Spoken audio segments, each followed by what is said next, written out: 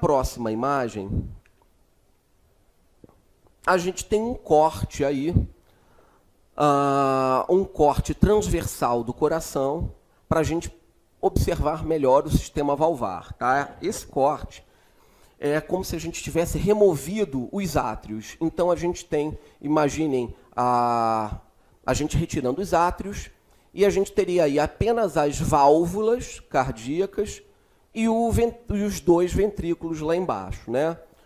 Aqui, mais à esquerda, a gente tem a válvula mitral. A válvula mitral, que faz a conexão entre átrio esquerdo e ventrículo esquerdo. E a gente pode ver, inclusive, o ventrículo esquerdo mais volumoso que o ventrículo direito. Tá?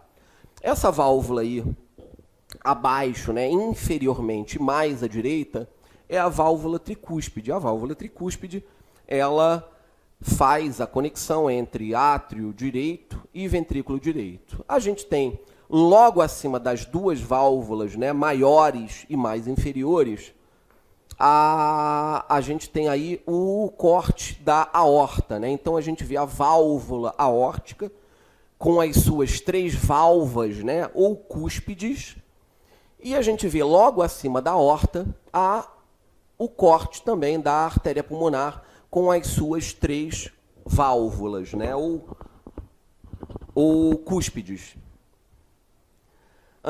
Então, só para ficar assim mais claro na nossa memória, a única válvula bicúspide que tem duas cúspides é a válvula mitral.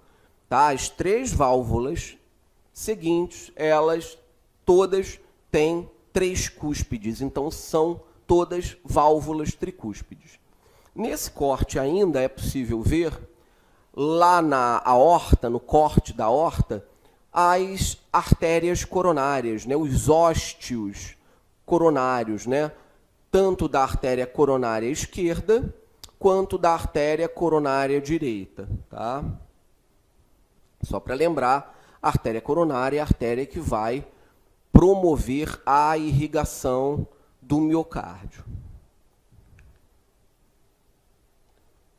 Bom, aí de novo a gente tem um detalhe, né, mais claro do sistema valvar, da musculatura de sustentação da cordoalha tendínea e do sistema valvar. E a gente também tem aí mais à direita as coronárias que a gente já vai falar, tá? A coronária esquerda e a artéria coronária direita. Bom, faz parte também da anatomia do coração o sistema de condução elétrica, tá? O coração, ele, na verdade, é dotado de três tipos de músculo, tá? Então, a gente tem o músculo atrial, a gente tem o músculo ventricular, que é um pouco diferente do músculo atrial, e a gente tem células musculares excitatórias e condutoras, tá? Que são células musculares. A gente tende a pensar que o sistema de condução do coração é um sistema constituído à base de nervos, de fibras nervosas. Isso não é verdade, não são nervos, são células musculares que se especializaram em gerar e conduzir impulsos elétricos. Tá? Então, a gente tem aí o sistema condutor do coração, a gente vê mais superiormente e à esquerda o principal nó ou nódo cardíaco, né, que a gente chama de marca-passo cardíaco, que é o nódo sinoatrial. E o nódo sinoatrial, ele se comunica com o nódo atrioventricular através de três feixes, tá? São feixes chamados internodais, tá? Então, a gente tem o feixe internodal anterior, que é o que está mais medial aí nessa imagem. A gente tem o feixe internodal intermédio, que é aquele que corre pelo meio, e mais à esquerda, né, mais na ponta do átrio direito, a gente tem o feixe internodal posterior. Tá? Quando o estímulo é gerado no nó do sino atrial, a gente tem a contração do átrio direito, porque todo esse sistema ele se localiza no átrio direito. Tá?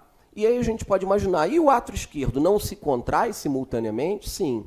O feixe internodal anterior, que é aquele mais próximo do átrio esquerdo, ele emite um ramo, que é o feixe de Beckmann. O feixe de Beckmann, ele vai ser responsável pela estimulação do átrio esquerdo. Tá? Então, quando ocorre o estímulo no nó do sino atrial, os dois átrios, direito e esquerdo, se contraem simultaneamente. Tá?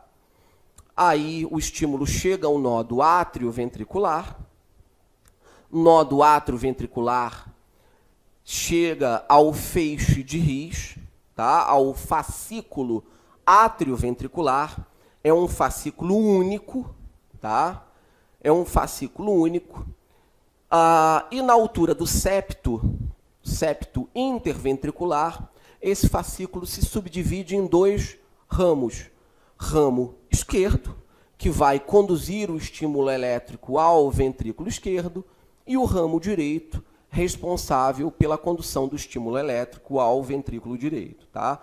Esse sistema condutor ele é finalizado por pequenas fibras que emergem desses fascículos direito e esquerdo, que a gente chama de fibras de Purkinje.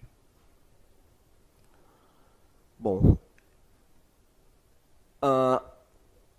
na próxima gravura, ainda falando de anatomia, né, a gente vem para microanatomia agora. Então, isso que vocês visualizam aí é o corte de uma fibra muscular. Então, eu tenho aí uma fibra muscular em corte. Tá? O que a gente pode ver aí? A gente pode ver os túbulos T. Os túbulos T, a gente lembra que são responsáveis pela condução, né, do impulso elétrico ao interior das células. E a gente vê, logo ali na região central da gravura, a gente vê uma membrana dupla ondulada. Uma membrana dupla ondulada. Essa membrana dupla, ela se chama disco intercalar. Qual a importância disso para a gente, para concurso público?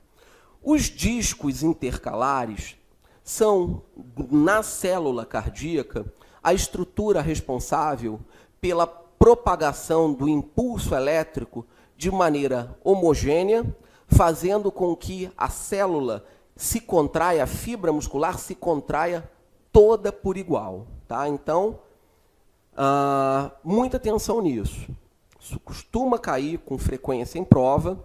Do ponto de vista celular, o responsável, a estrutura responsável pela propagação homogênea do impulso elétrico e pela contração homogênea, toda a fibra se contrai por igual, essa estrutura é o disco intercalar, ou os discos intercalares, tá? Mas quando a gente fala de fibra muscular. Naquela imagem anterior, também existe uma estrutura responsável pela propagação, por igual, pela propagação homogênea do impulso elétrico, agora no coração. Agora a gente está falando do coração. No coração, a estrutura responsável pela propagação do impulso elétrico é o sistema His-Purkinje. Tá? Então, são os feixes de His e as células de Purkinje que são os responsáveis pela propagação homogênea do impulso elétrico no coração. Na célula, discos intercalares.